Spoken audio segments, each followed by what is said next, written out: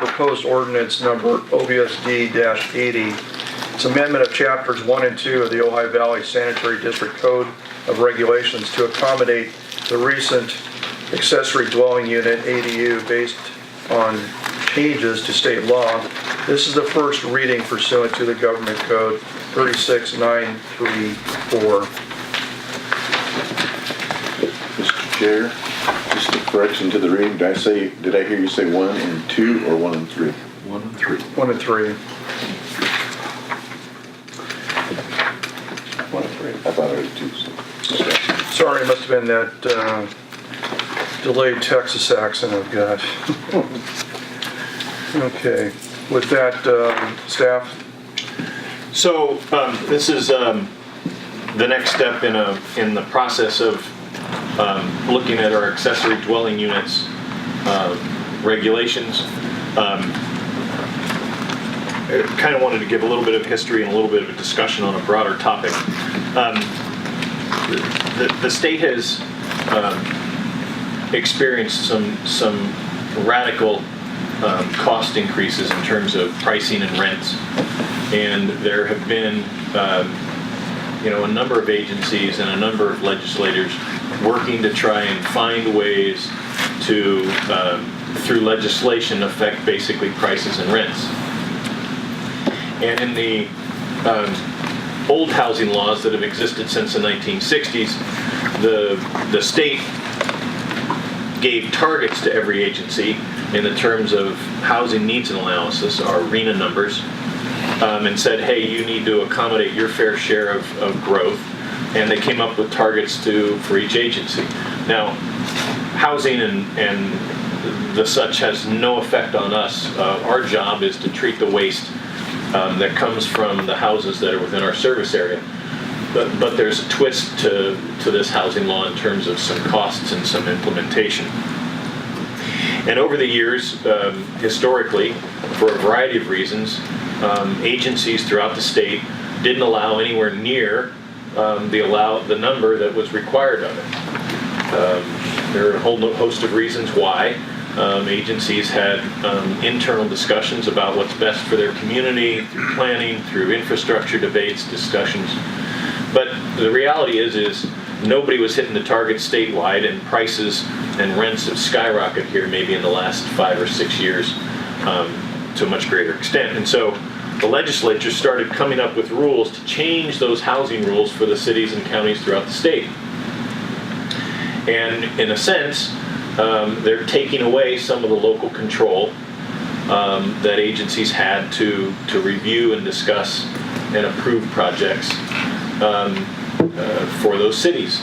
And one of those ways they were going to do that is through this ADU legislation. I would highlight that there were some articles online here already in the last few days about housing laws that are being proposed for next year, for 2019. And one of them is by a legislator, Scott Wiener, who is proposing that property within a certain radius of a transit station or a transit line could build up to, I believe, a 4-story apartment building, and it would be exempt from local oversight. Since the SCAT bus drives from Ventura up through the valley all the way to the city of Ojai, turns around and goes back, in theory, property that abuts that transit line may, under the new bill, and this is all to be discussed, but it could be building 4-story apartment buildings, and the county and or the city would have no authority to say no or to require it to comply with local planning. So those are the kinds of extreme examples that legislators are taking to try and basically build so many units or allow so many units to be built that the price drops. I'm not sure that's ever worked, that you try and outbid the supply-demand curve and drop the price, but therein lies some of the wisdom of the state.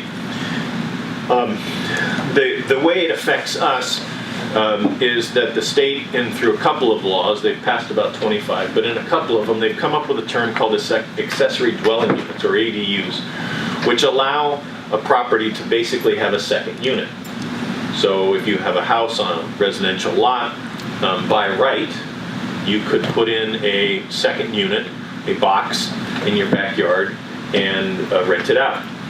The hope is that if you built enough of them, the rents would go down. You could also convert a garage. You could also take a house, put a wall down the middle, and make the house two houses, essentially put a front door on each side. We personally went through one of those a couple of years ago where it was a long linear ranch house, and the people had put a wall right down the middle and had two front doors and two kitchens and two complete living spaces, functional living spaces under the same roof. Didn't add any square footage at all. And under this ADU legislation, the state allowed the city and counties to have some leeway in how they defined what an ADU was. And both the city and the county in our service area came up with different definitions. The counties is a little bit more straightforward. The cities has a little bit more leeway in terms of what they would allow. The net result is we have property in our service area that now is under two different rules. You could have a half-acre house in the county and have an ADU, potentially, or not. And you may or may not be able to have one in the city. And so we would have users that, if depending on whether they lived in the city or the county, would be subject to different housing rules. Now, that's not our call. We don't get to decide how big, how tall, how many parking spaces, setbacks, fire sprinklers, what color you have to paint it. We have no role in that at all. But what they did do is they said certain ADUs are exempt from paying capacity charges.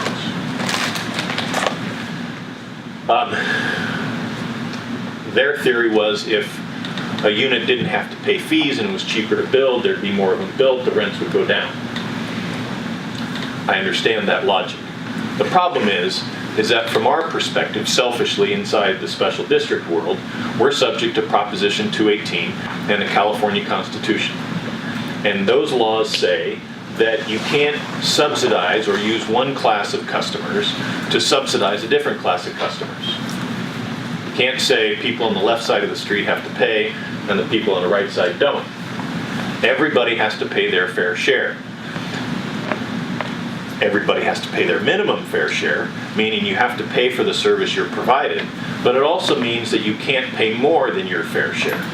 And so if a ADU is exempt from capacity charges, those monies, that revenue that is part of our overall strategic plan in terms of funding everyone paying their fair share, that money now is lost to us.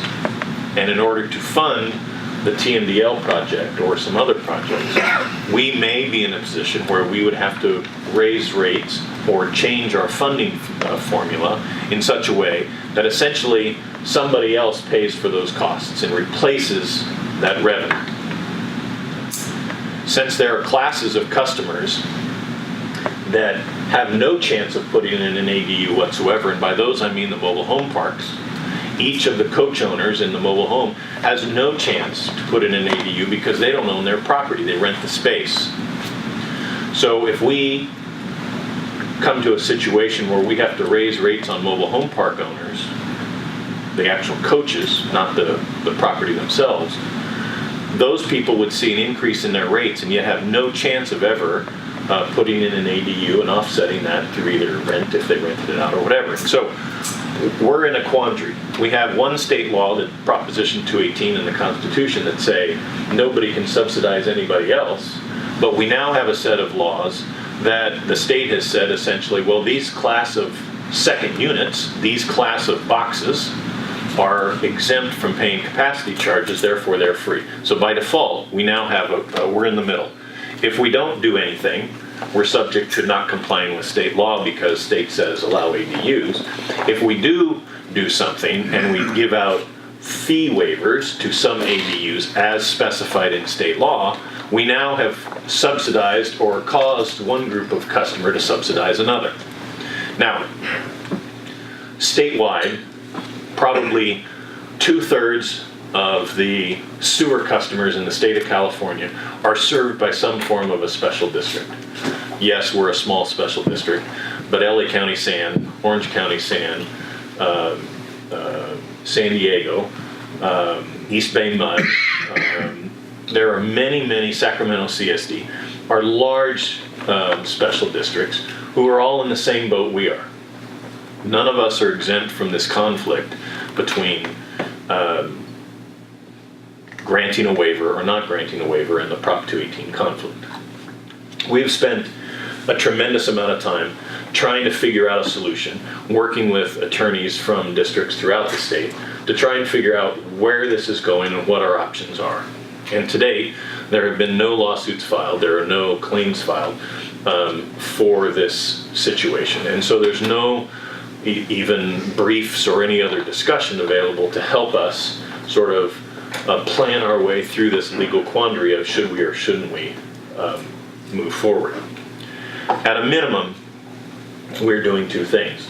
One, we are proposing these ordinance changes to you tonight. We've talked about them in our ordinance committee and talked about them really for the past year, to introduce the ADU term into our ordinances. That means that we now have a definition of what an ADU is. That complies with state law.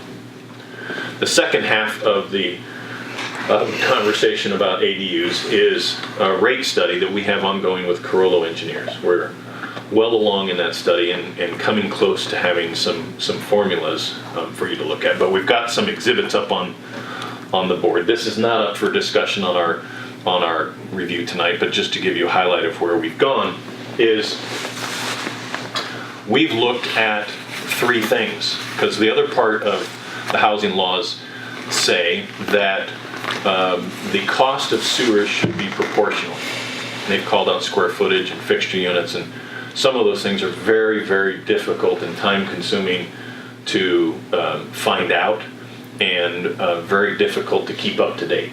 We have literally 10,000 homes in our service area.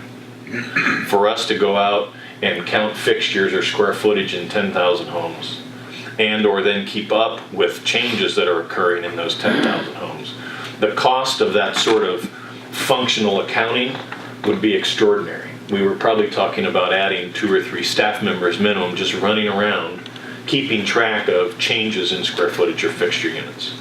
So those costs would also be incurred by the district. One of the ways that we could do some proportionality discussion is something that some of the other special districts in the state have done or are doing or are looking at. And that is sort of a ratio of an equivalent dwelling unit. So an equivalent dwelling unit in the sewer world is a box. And on the commercial side, that's 25 fixture units. So when you go into a restaurant, you count up the sinks, you count up the floor drains, the ice machine, and each of those have different points. And every 25 points is equivalent to one fixture unit or one capacity unit or ERU. So a house is 1, 25 points on the commercial side is 1. For instance, Pepsi is 450. If you count up how many gallons per day they produce to us, that's equivalent to 450 houses. So one of the things that some of the agencies do is they use a ratio of an ERU. So they do some testing, they do some analysis, and they say, hey, an apartment doesn't generate the same amount of waste as a full house, therefore we're going to give it a factor of 0.7 and a condo of 0.8, and they go through a ratio analysis and they come up with some sort of rational proportionality between different size units. This has been done, and it's something that we're looking at, and we're getting very close to having some numbers for you to discuss at the ordinance committee. Jeff, is that based upon just a per capita average, from DOF or?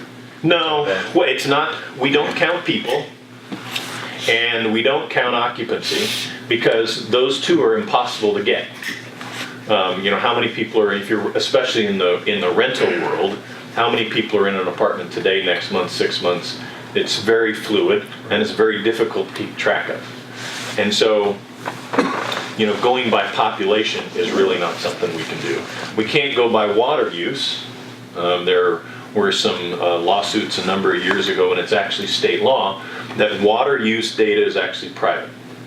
A city like the city of Ventura that provides both water and sewer data, they have the water data, how many gallons in a month a house used, and to transfer that to the sewer department across the hall is not a violation of that state law. And so the city of Ventura can charge by water use, but it's still an assumption because they assume a return to sewer flow. So the house uses 10,000 gallons this month, the city assumes whatever 50% return to sewer, and they build a sewer based on that return to sewer. So there's still assumptions in it, but the city of Ventura can get the water data. There are 26 water districts in our service area or within the valley, and so we are prohibited to go to each one of them and say, hey, can we have the water use data per month, per house, and we're going to turn that into a sewer bill. We can't even get it, it's illegal. So we can't use water data, we can't base it on population. And so the next sort of method that's been used for literally the beginning of time is this ERU basis. So a house is an ERU. Could we then use a ratio of an ERU, a 0.9, a 0.8, a 0.7 kind of number, and make some allowances for unit size based on a ratio? So we've looked at that. One of the other factors that we've looked at here in the district in terms of proportionality is distance from the treatment plant. We have some connections to the treatment plant that are literally a half a mile away. We have some that are 12 miles away. Is there or should there be some discussion about proportionality of that? So we're looking at this proportionality question, which is half of the discussion in the ADU world. The other half is the piece that's before you tonight, and that is adding the definitions of the ADU and adding sort of the legal structure of an ADU into our ordinance to allow for us as staff to say, yes, your box qualifies as an ADU. And then we will go through the process of evaluating sort of the fee structure as we move forward. So what's before you today is the first reading of the ordinance to include the definitions, the regulations, the structure, the words, the black and white of ADU into our code. It doesn't exist today, and we're going to try and have a discussion with you about at least putting that in while this effort goes on. This effort is probably going to take us into March or April of next year to continue this discussion, but this first piece will at least start down the road of adding this into the definitions. Thank you. We do have a speaker, public speaker here on this item, William Wyrick. Yes, go ahead, Randy. You doing this personally or on behalf of the city? This is personal. It's personal point of view. As you know, I've been focused on this for a while and had comments before to the board. A couple things I want to mention. First of all, I take it a little bit of a different twist from your manager on the issue of proportionality. The state law says it basically addresses the proportionality issue and raises the proportionality issue. For example, the direction to not charge a capacity fee is on, and let's just talk about it because Mr. Palmer used that particular example, and that is a house that's been split into two units. It's just one unit without any change in square footage. My understanding of the existing ordinance with that means another capacity charge if it's not adjusted. And the issue with state law was that it's not proportionate to do that. In other words, the first start that says it's exempt in definition for E in 65852.2 in terms of an ADU contained within the existing space of a single-family residence. So it's a judgment by the state legislature, for example, that that fits in your definition. If that's the situation with creating an ADU within an existing space, you're not changing the fixture count. You're not, potentially, and it's a proportionality discussion. So I just wanted to make another point about proportionality, and this is something I've never understood about the district's ordinances, and that is that it defines a capacity unit for a residential as equal to a average waste flow of 200 gallons per day, without respect to size, fixture count, or anything for the residential unit. And yet we have for commercial one capacity unit, at least for certain types of capacity charges, for up to the 25,000 or up to 25 fixture points. Gallons per day. And it seems like I never understood the proportionality of capacity in it between residential and commercial. I thought that should be part of the proportionality. I don't understand it, it's not clear to me, I'm probably missing something. But when I look at the definition of capacity charges between residential and commercial, I don't see that proportionality in terms of either fixture count or gallons per day average or whatever, 25,000 for the 25 fixture count. Anyway, it's getting into the weeds, but it's just something I never understood and is not clear on terms of, I didn't see any additional clarity on reading the proposed ordinance changes. And so, finally, I wanted to say that the Part B to 65852.2 that is in the state law that you're talking about getting the compliance in, that's not cited in the staff report, is very specific. And Mr. Palmer alluded to that. That the connection for when a capacity charge is not to be waived is to be assessed for an ADU. That it may be subject to a connection fee or capacity charge that shall be, not may be, state law, shall be proportionate to the burden of the proposed accessory dwelling unit based either upon its size or the number of its plumbing fixtures, upon the water or sewer system. It's a mandate, as I read it, from the state law. It doesn't say you have any wiggle room. And so as I see the reading, the first reading of this ordinance, if an accessory dwelling unit is not waived by Part E definition, it would be subject to the full capacity charge without respect to the proportionality as defined in state law, and I don't understand how that gets in compliance. So anyway, those are my questions. Thank you. Yeah. So give them just sort of a clarification on the commercial side. So on the residential side, a house is 1 ERU. On the commercial side, 25 fixture units are an ERU. So when you go into a restaurant and they're in the plumbing code, there's a table and it gives points per type of fixture unit. And so a floor drain, an ice machine, a mop sink, all are specified in the plumbing code to have a different point system. So 25 points counts for an ERU on the commercial side. Now, one additional sort of piece of the billing structure, like I said, Pepsi's 450. So if you add up all of their fixture units, they're 450 capacity units. But one thing we do is if a individual account delivers more than 25,000 gallons a day, rather than billing them on a per ERU basis, we have a formula that looks at suspended solids, it looks at BOD loading, it looks at some of the actual waste loading of that user and turns that into a billing number. And so we have 2 users in our system that are billed based on that more than 25,000 gallons a day basis, which is a gallons and loading basis. And that's Lake Casitas and that's Pepsi.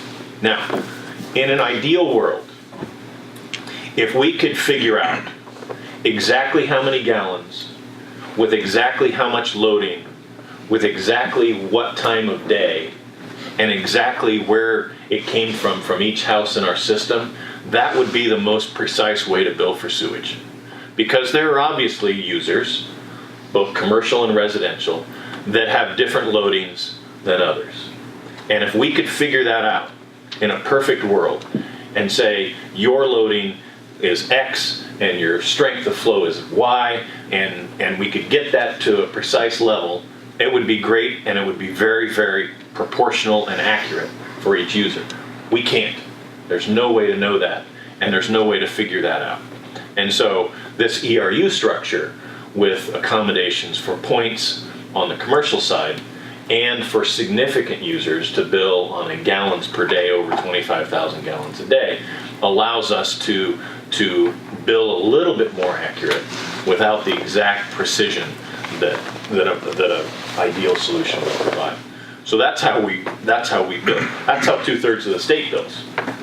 As I said, some cities that have water data can bill a little bit differently, but there are also assumptions in that in terms of a return to sewer number. And so I wouldn't say that the city of Ventura's billing structure is any more accurate, because it's still based on an assumption on a return to sewer flow.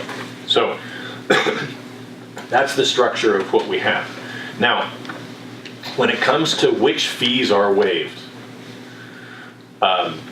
there are different types of ADUs. Like I said, I've been in the house where they put a wall down the middle and it's now 2 units. There's no new square footage. There's no new laterals built. There's no nothing. It's just a wall down the center of the house. Under state law, that house qualifies for a fee waiver for the capacity charge. It's an existing structure. There's no new construction. There's no new expansion of the fixture units or anything. Very clearly under state law, that example is free from a fee waiver. The state law also says if it's a conversion of an existing space, it is free from a fee waiver. So if someone has a garage and qualifies under the city or the county to do a garage conversion of an existing space that was already square footage that existed and puts a unit in that garage, under state law, that unit as well would qualify for a fee waiver of no capacity charge. If someone came along and built a brand new box, built a brand new second unit, new square footage, new expansion to the property, that would still have to pay a capacity charge. And so there's some are free, some are not. Now, under our moratorium that we've had while we've worked and tried to figure out exactly what the state and the city and the county were doing in making sure we're consistent with those, we've tracked about 100 properties that have some variation of that. We're restarting our program. I talked to 2 of the people today to have them give us information so we can start now deliberating really as staff and with legal assistant and with the city and the county, because they're involved in these housing discussions, about whether or not it's an ADU and whether or not it's qualified for a fee waiver. Now I'll give you an example, and it's much clearer to understand in the county than it is in the city. The county said no ADUs on lots smaller than 20,000 square feet. If you have a lot between 20,000 square feet and an acre, your existing lot, you can have an ADU, but it has to be restricted to no more than 700 square feet. We're setting up meetings with county planning to confirm this exact number, but that's what we understand based on the information we've provided. If you have a lot over an acre, you can have an ADU up to 1,200 square feet. So if you have a 10,000, a quarter acre lot, and you go down to the county and say, I want to convert my garage into an ADU, or I want to build a new unit in my backyard and turn it into an ADU, they will tell you, no, it's not an ADU. You have to go through the full discretionary review process, through planning, through resource management, and get approval from planning to build that second unit, which in theory would be subject to the traffic restrictions of no new trips through Casita Springs. So you may not be able to get that second unit because of planning and traffic restrictions in Casita Springs, because you only have a quarter acre lot. Now, if you have a 22,000 square foot lot, so you're between that 20,000 line and the full acre, and you went down to the county and said, I want to convert this garage into an ADU, or you want to build a new box in your backyard as a new ADU, they would say, yes, you can build that. And that traffic restriction in Casita Springs doesn't apply to you. You can build that box. Now, if it's a conversion of existing space in the county, it would be exempt from capacity charge as by us. If it is a new space in the county and you fit within those parameters, then you would have to pay capacity charges. So we will have customers that can't build an ADU in the county, some that can, some that will get fee waivers, some that won't. We're starting to get some interesting calls. We've been asked if we're going to maintain a list of who got a freebie. We've been asked, are any of the people that we're talking to prominent members in the community who will be getting a freebie? We've been told that it doesn't seem fair for a prominent member of the community to get a freebie, even if it's legally allowed. Now, those aren't policy questions for us to decide. Those aren't really decisions that govern what we do or what we don't do on our ordinance, because we have to comply with state law. But they are interesting questions from a social discussion and questions that we are going to get asked, because they're already coming. So, Question, would that be considered public knowledge, yes, it would. our attorney? What? Just what he asked for there. Who gets the fee waiver? Yeah, I mean, if they apply for a permit and it's a public process, yes, that's public information, it's Very good. a public record. So, we're going to have to comply with state law to process and permit and document ADUs. We need to know who's connected to us. So even if someone doesn't have to pay a capacity charge, we're still going to issue them a permit. It's going to be a no-fee permit, because we need to know how many units are connected to us and where they are. But we're going to have to do that. We also can't really, at this time, resolve the legal question over, is this new law in violation of Prop 218 and the state constitution or not? That's really for lots of things that go on in our world. That's really up for a judge someday to decide if and when there are cases brought before it, and that happens. We can't do that. But we are going to have to do it. We are going to have to document it. We are going to have to know what's connected to us. And we are going to charge ADUs a monthly sewer service charge like everybody else. State law does not exempt ADUs from paying their monthly fair share. They just require that there is some accommodation for proportionality. And this is something that we're looking at both from the technical perspective and the legal perspective. But that's sort of phase two. Phase one is this: put the words ADU into our code so that we now have a label for different boxes that come forward, and how we process those permits, and how we evaluate those individual kinds of boxes as it relates to city areas, county areas, and the state law. Any questions of staff? Comments, Steve? I thank you for, first of all, for giving us the markup version here so it's easy to see what's changing. It's going to take a good part of the next month before the next reading to get through all of it. But one thing jumped out at me right away. It's on page 166 of the packet, and it's in the definitions, treatment plant capacity charge. And this is in black writing, so it's unchanged from the previous ordinance. Yeah. But it says this is a capacity charge that equals a parcel's proportionate share of the total replacement cost of unused treatment plant capacity. Correct. I do not understand that. We're running the plant at 50% is hard. Let's say we're running the plant at 2/3 of capacity. Okay. Then this is equivalent, proportionate share of 1/3 of the treatment plant, and for what? Well, the way capacity charges are calculated is it's based upon the overall capacity of the treatment plant, and it's based on the value of the investment of that facility. So we have our $16,000 capacity charge is a mathematical calculation of the available gallons per day capacity that is still available at the plant, and the cost of proration of the cost of that treatment plant and the users that have built it. So there has been built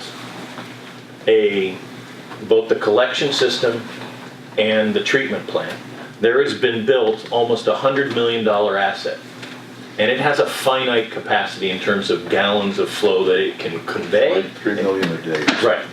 And somebody built that.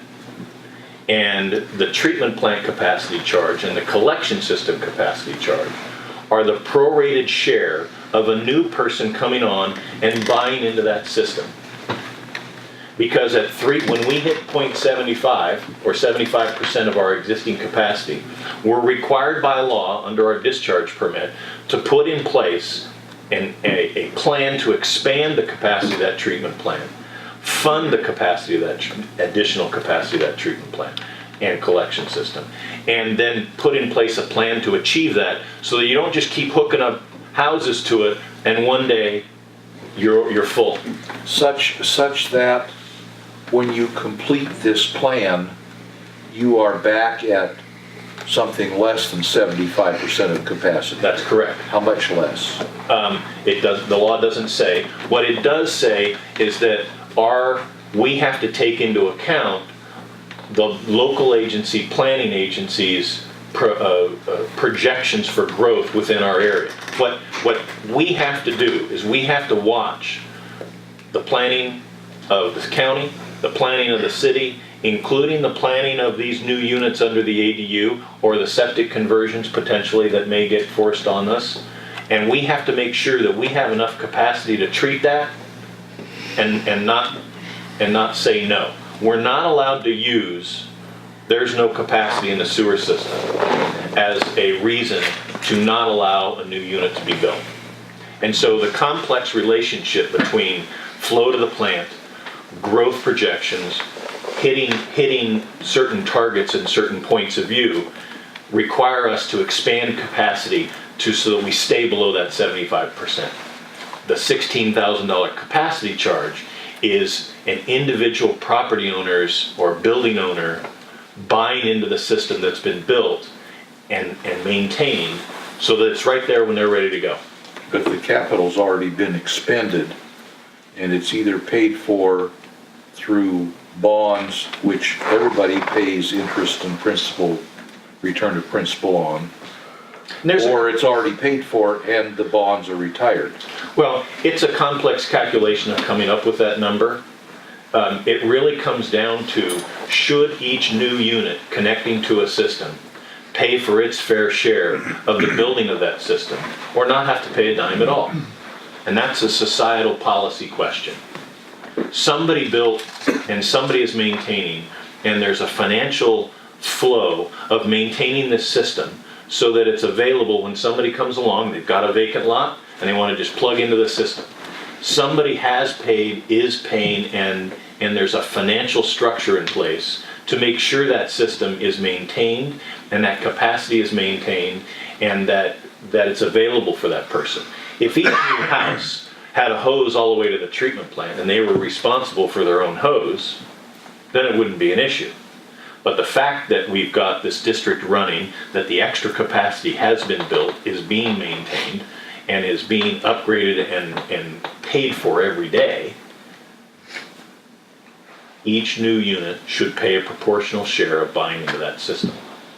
And these are well-established sort of structures that go all the way back to when this district formed. There's a financial plan that's required by state law to say, how are you going to fund this district? Who are you going to fund it for?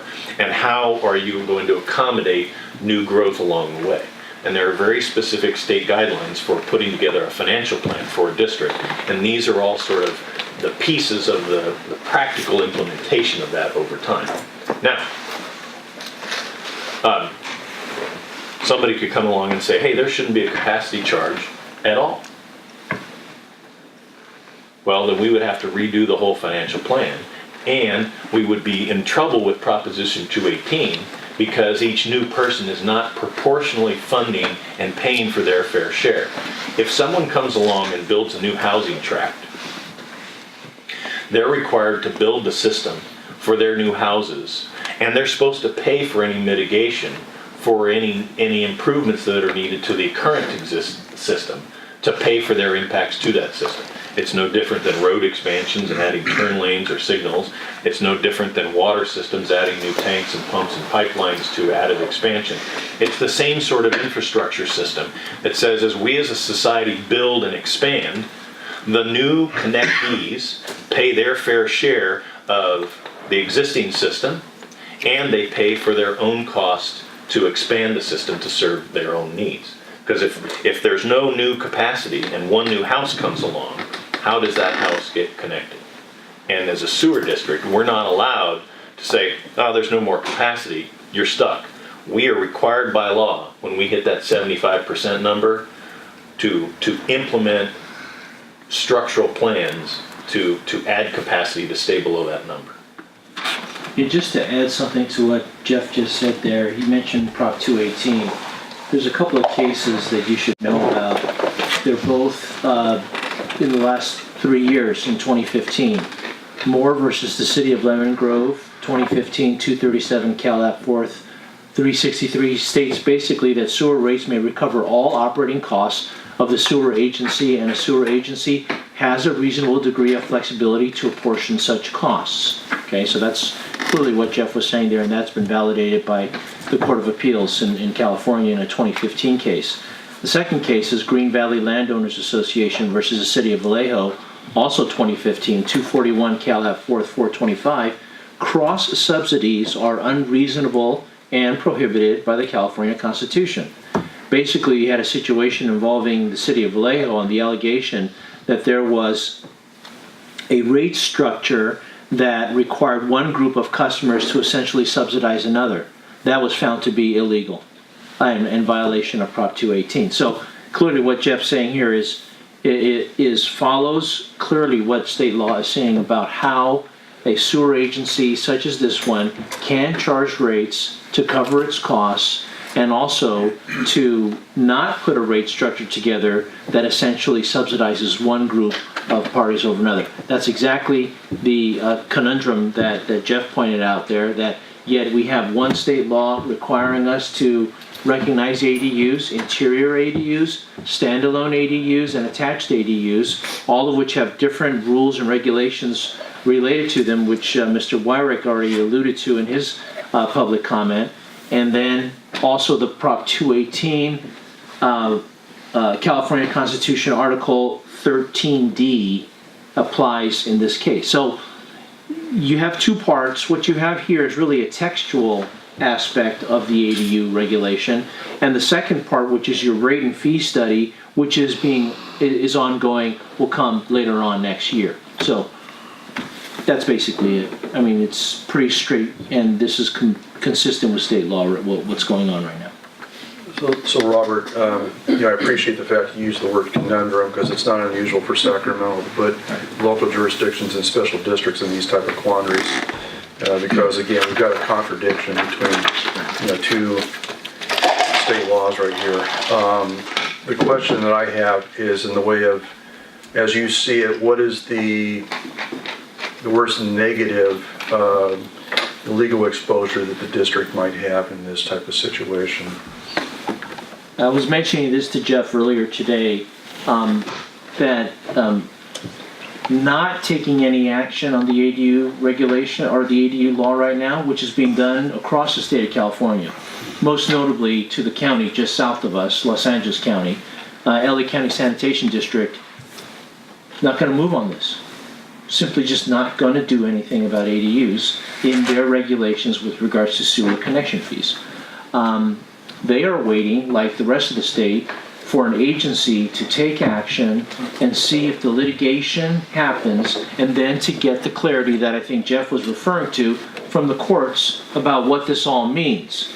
What takes precedence here, the state constitution or the state's very clear statement in Government Code Section 65852.150, basically stating that California faces a severe housing crisis and that accessory dwelling units are an essential component of the California's housing supply. Right there in state law. That's what they're saying. That's what they're trying to do with 65852.2. So, not doing anything subjects you to litigation. Doing something subjects you to litigation. I don't know if the risks are any better one way or another. It all depends who's the plaintiff out there, which I do not know of. Thank you, Robert. Jack, you've been patient. Go ahead. Yeah, I just want to go back to what Jeff was talking about in regards to the 75% capacity. That was a requirement of the 1972 Clean Water Act for an agency to receive the grant from the federal government and the state of California. You had to agree to that premise that you were going to put money aside to keep it up before you would get the grant. What was the grant? Pardon me? To build the treatment plant. Before you got the grant? Before you got the grant money. See, the federal government gave you 75%, the state gave you 12.5%, and the local agency put the other 12.5% in. And that's how the treatment plants, everything was upgraded. And the federal government wanted to make damn good and sure that you were going to be able to maintain those things. And that They was were the putting in the requirement. majority of the money. Right, yeah. Right. Exactly. Okay, I appreciate what you had to say, and I appreciate what you had to say. I did note, Mr. Kwong, that you talked about operating costs, have to fairly cover operating costs. What I think Jeff is talking about is operating costs, future expansion, projections of cost, plus a share of capital that's already invested and minus whatever bonds might still be getting paid interest on, which is covered in the rates, I presume. I don't know where else you get that money. I don't understand how it is, if I move into Ojai,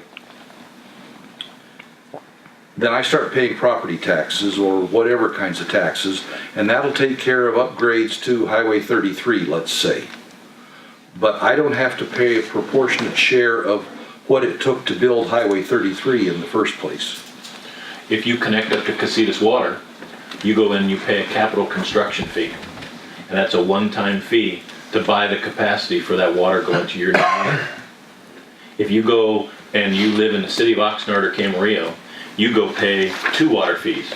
You go pay a water fee at the city of Camarillo and Oxnard for their local capital, a one-time fee. And then you also drive up to Callegas's office up in Simi Valley, and you pay their capital construction fee. And the city of Oxnard and the city of Camarillo will not issue you a building permit until you come back from Callegas with a pink receipt saying you paid the capital construction fee. And so it's very similar to buying capacity for what you're building as a new unit. And part of that is buying into the infrastructure that's already built and the capacity that you are going to use as the user of that new box that doesn't exist today. This is not money just to pay off existing bonds. This is money to buy the capacity at that point that is reserved for you. We can't start issuing permits and issue capacity permits essentially for more capacity than we have. And to buy that capacity at the treatment plant and at the collection system, that's the cost of doing it. And it's no different than water, it's no different than lots of other facilities. When you go build a house, you pay a one-time fee to the school district to pay for school fees. They're sprinkled throughout a new house. Pay for expansion of the school district. Yeah. And if you go build a house in Santa Clarita, the traffic fee is over $20,000 a unit because they need new roads and pay for existing roads for capacity that's already been built. This is essentially the argument that the state makes, that the cost of building homes is too expensive because of all these fees. And I get it. You go build a house and you add up the water fee, the park fee, the sewer fee, the fire fee, everything fee. Those fees on a per house basis in Ventura County can cost well over $100,000 a unit. And the state's saying, hey, if we got rid of those, then the house would be cheaper, the rents would be cheaper, and we'd solve our housing crisis. I get the logic. The problem is we run headlong into Prop 218 in the state constitution when you start granting fee waivers of somebody else essentially picking up that cost. For every 11 or 12 ADUs that are free, if we have people come forward from sprinkled throughout our district and 12 people come in and qualify for a free ADU, the revenue we lose from those free waivers equates to a one-time 2% rate increase. for everybody else. And so we've got 100 people on the list. Probably all not 100 are not going to be free ADUs, but I'll bet a bunch of them are. And so as we put together our budget for next year that goes into effect on July 1, for all these ADUs that we process that are free, and we're going to add up the numbers and we're going to add up the revenue that we have lost as a district, we either buy less chemicals and less tires for the trucks, or we raise rates on other people to pay for those freebies. That's a real policy sort of discussion and impact here in this community. Now, I get the housing discussion, and that's not our role. We're not in the housing business. We're not in the build units business. We're not in the keep rent low because we've got, skyrocketing rents. I get it. We're in the business of making sure that the sewage is treated, and the state is saying some of it's got to be free. Now, I don't see a legal path out of this. If we don't do something, then somebody comes along and says you're not complying with state law. As Bill Byron said, we shall comply with state law. If we do pass the rules, then somebody comes along and says, why am I paying for person X, Y, and Z on your list of people? It's a tough spot. Time trying to figure out and see if there is a political or legal or technical path out of this box, and we haven't been able to find it. And no other agency in the state is doing anything. They're all just sitting and waiting for somebody to do something and see if they get sued. They're waiting for litigation. Right. That's right. And just to answer your question, Director Pelosi, is that there is case law that basically says that a governmental regulatory agency may recover costs, including debt service. And that was a 2013 case involving the Pajaro Valley Water Management Agency. So it's clear that, charging fees to recover and to pay for debt service is legitimate under state law. I would think it would be. It's part of the rates at this point. If there are a lot more bonds out there, then the rates are going to go up. I'm not questioning that. I'm not questioning the paying for operating costs. I'm trying to figure out how it is that people are supposed to pay for capital improvements that have already been made and paid for. Well, like I said, if you want to build a new house in the city of Oxnard or Camarillo and they're served by Cayugas Water District as the wholesaler, you're going to pay the city of Oxnard and Camarillo's water connection fee, and you're going to go to Cayugas because they've built the pipeline, they've built the capacity, they've built the availability of that, deliver that water to your door. It's not free that somebody else has built capacity that you get to connect to and not pay for, and only pay for your use of that system going forward. You buy into the use of that system. Or debt service if that capacity is not completely paid for by paying off the bonds that built it originally. So if there were no bonds and everything was paid off and there was no debt for an existing system, under that scenario, the new house would be free and not have to pay a dime toward the system that was built to serve it. Because Pay for operational costs at that point, because all the other costs had been retired. So there would be no new school fees. There would be no new water.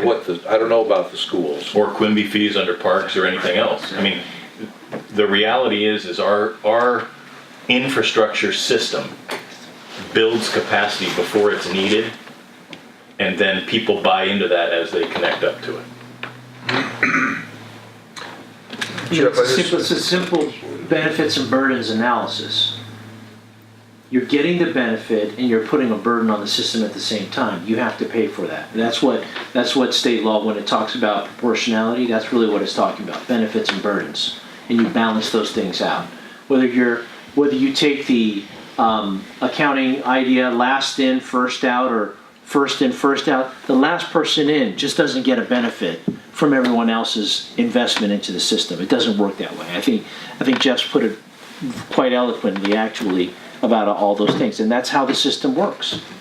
For parks, for schools, for essential public services like sewer infrastructure.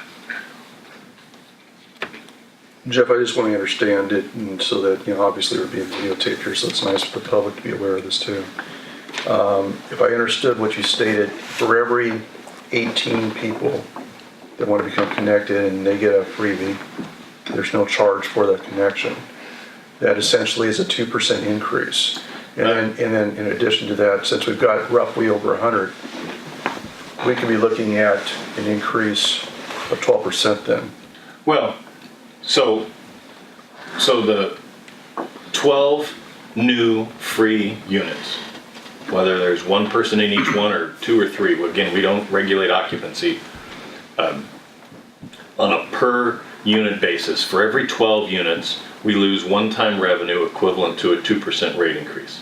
Now, that's not 2% every year, that's not 2% in continuum, but it's equivalent in terms of sort of order of magnitude of a 2% rate increase.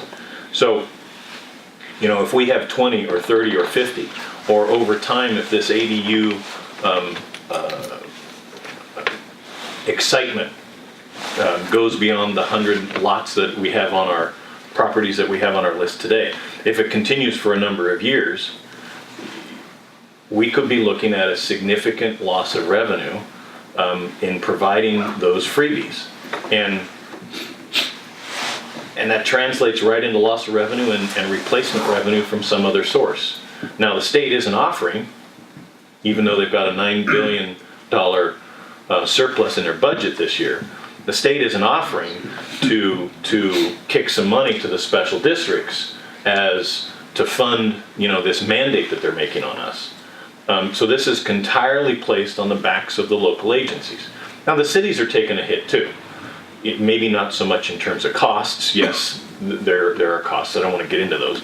But now all of a sudden you're placing all of these second units legally in neighborhoods that weren't planned for, you know, that density. And so there's all kinds of societal sort of ripples and challenges to this whole thing. And those are very valid sort of discussions about neighborhood continuity and character and everything. And I'm sure the city and the county are struggling with those. But on the narrow thing of second units are free under certain conditions, it creates an odd problem for us that is real. Now, we met today with our TMDL design team to comply with state law that says we got to cut our nitrogen and phosphorus in half. We have to have that program planned, built, up and running by 2025. That's going to cost, you know, some millions of dollars to do.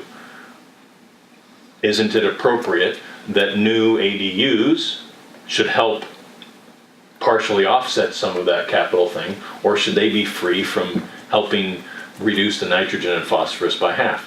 Under state law, certain of those ADUs will be exempt from helping us as a community reduce that nitrogen and phosphorus, you know, in half. That's just the reality. Okay, any other questions of staff? Further comments? Jeff, what's the percentage, say in the last 3 years, the percentage of increase of new connections? We see about, it varies from year to year. We have maybe 25 to 30 new capacity units issued a year. It's a fraction of a percent. Fraction of a percent, 0.3, 0.4% new growth. We are seeing.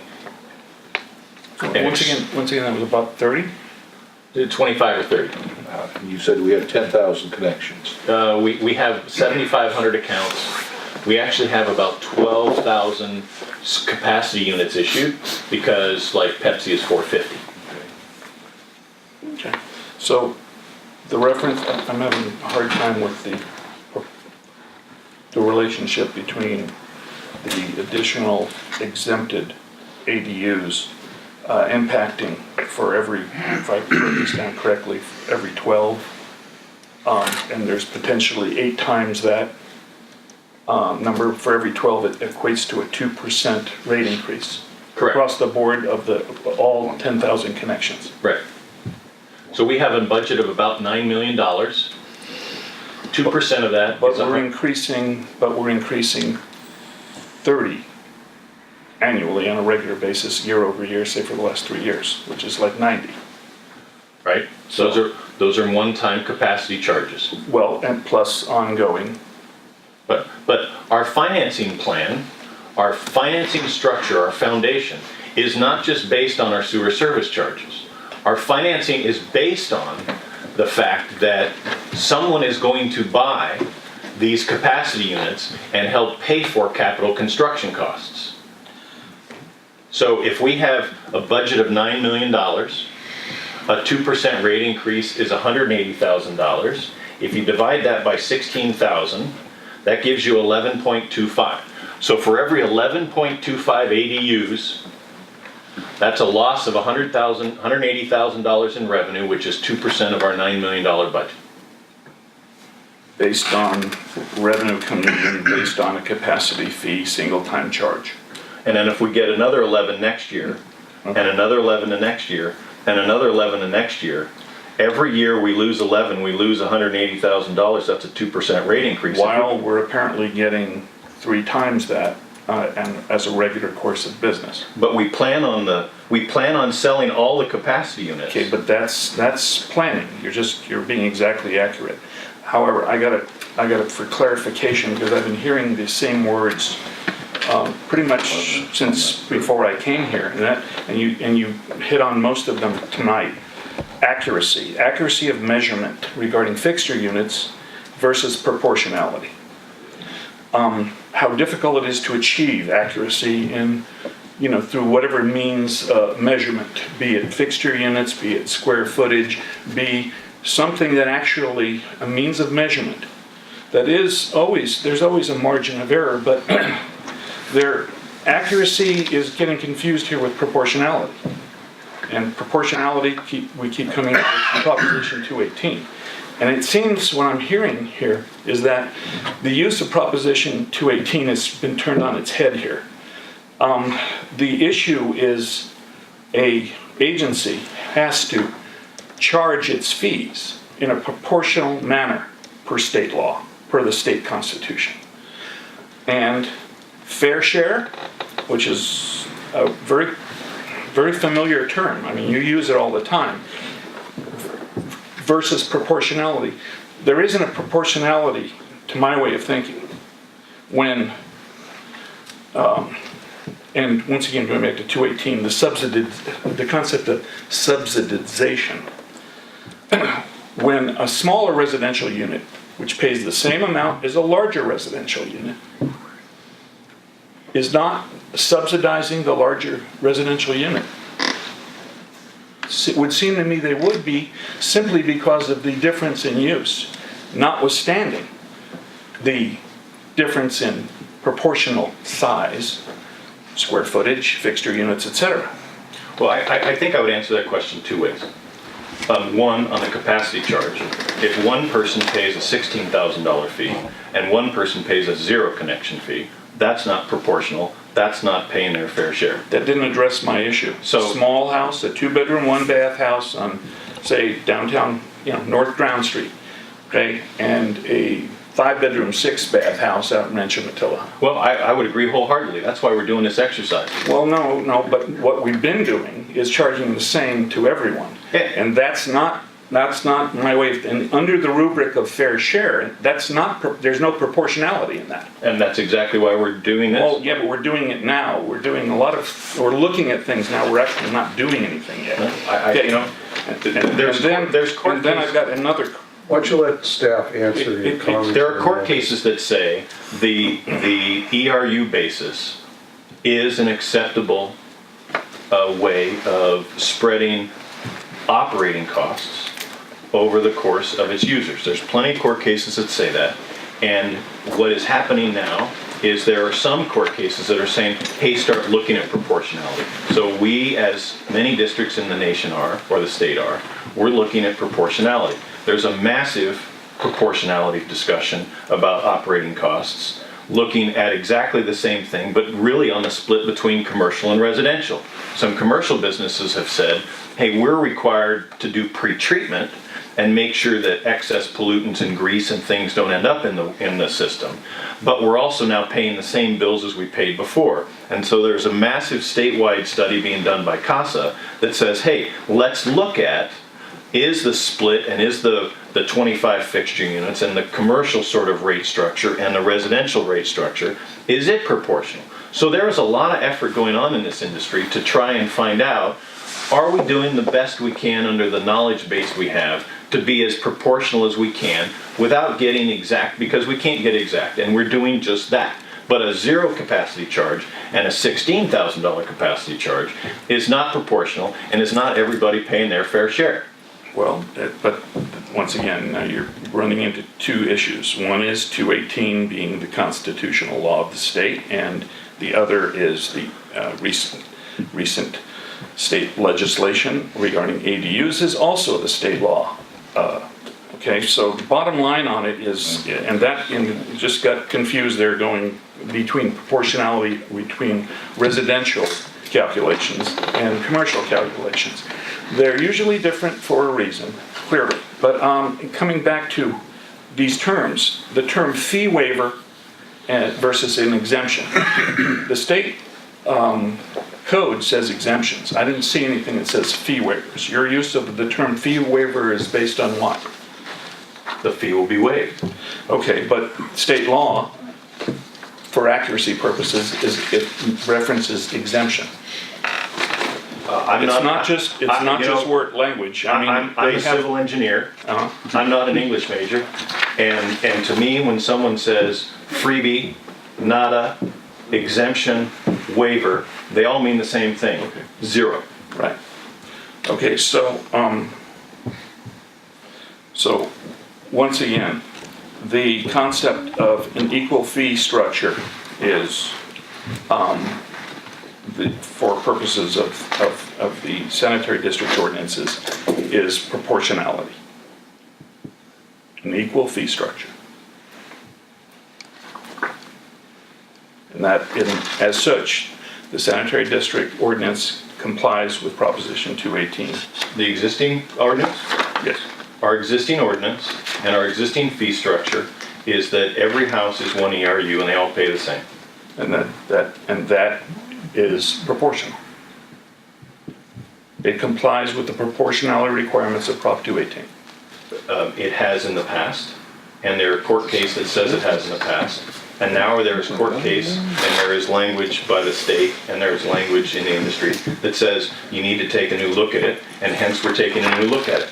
And so we're going to take a look at, can we implement a new fee structure on a go-forward basis that is better than we maybe had before and is more appropriate and proportional going forward.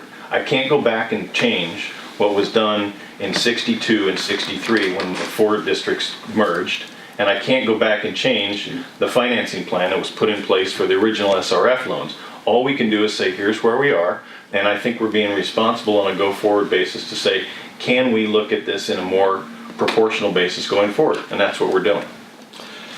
Okay, 2 years into this, we've been looking at this, and as I recall, 2 years ago, it was going to be business as usual. We don't know what the state's doing. We're just going to keep doing what we've been doing. And now 2 years into it, we're going to have to change some things. We're not quite sure what we're going to change. And I may be not entirely accurate in this synopsis, but we're going to change some things. We're just not quite sure what we're going to change. The biggest thing is we're not going to let... we're going to figure out some way so that nobody's going to get away with is how it's being characterized apparently, with compliance with California state law. And it doesn't sound that much different than it did 2 years ago, which is the sanitary district doesn't like the imposition by the legislators in Sacramento of these requirements. And we're going to do the best we can to figure some way out of it and around it. And I understand that. The issue, from my perspective, is there's never been in this district's fee structure actual compliance with Proposition 218, the state constitution, proportionality. And the little example I gave of a 2-bedroom, 1-bath house on Drown and a 6-bathroom, 5-bedroom house out in Rancho Matilija just describes it, I think, quite accurately. That's all I have. Thank you. Thank you for your opinion. Okay, with that, we do have a particular item here, 12A.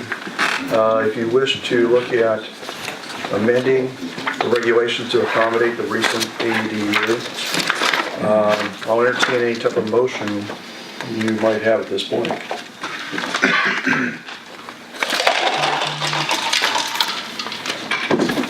It's really A, B, and C that we have to vote on, isn't it? Well, we're going to do these successfully.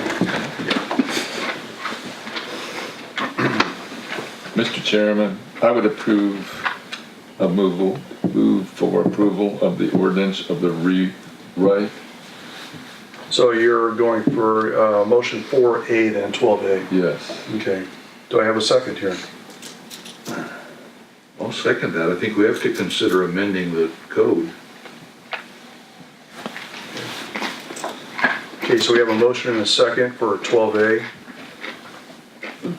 Let's go ahead and do a voice vote. Okay, Mr. Byrd, Yes. Mr. Curtis. Yes. Mr. Stone, Yes. Mr. Ulrich, Yes. Mr. Quillisi, Yes? Mr. Kaiser. Yes. Okay, Brenda, would you go ahead and conduct the first reading, please? Proposed ordinance number OVSD 80, amendment of chapters 1 and 3 of the Ojai Valley Sanitary District Code of Regulations to accommodate the recent accessory dwelling unit based on changes to state law.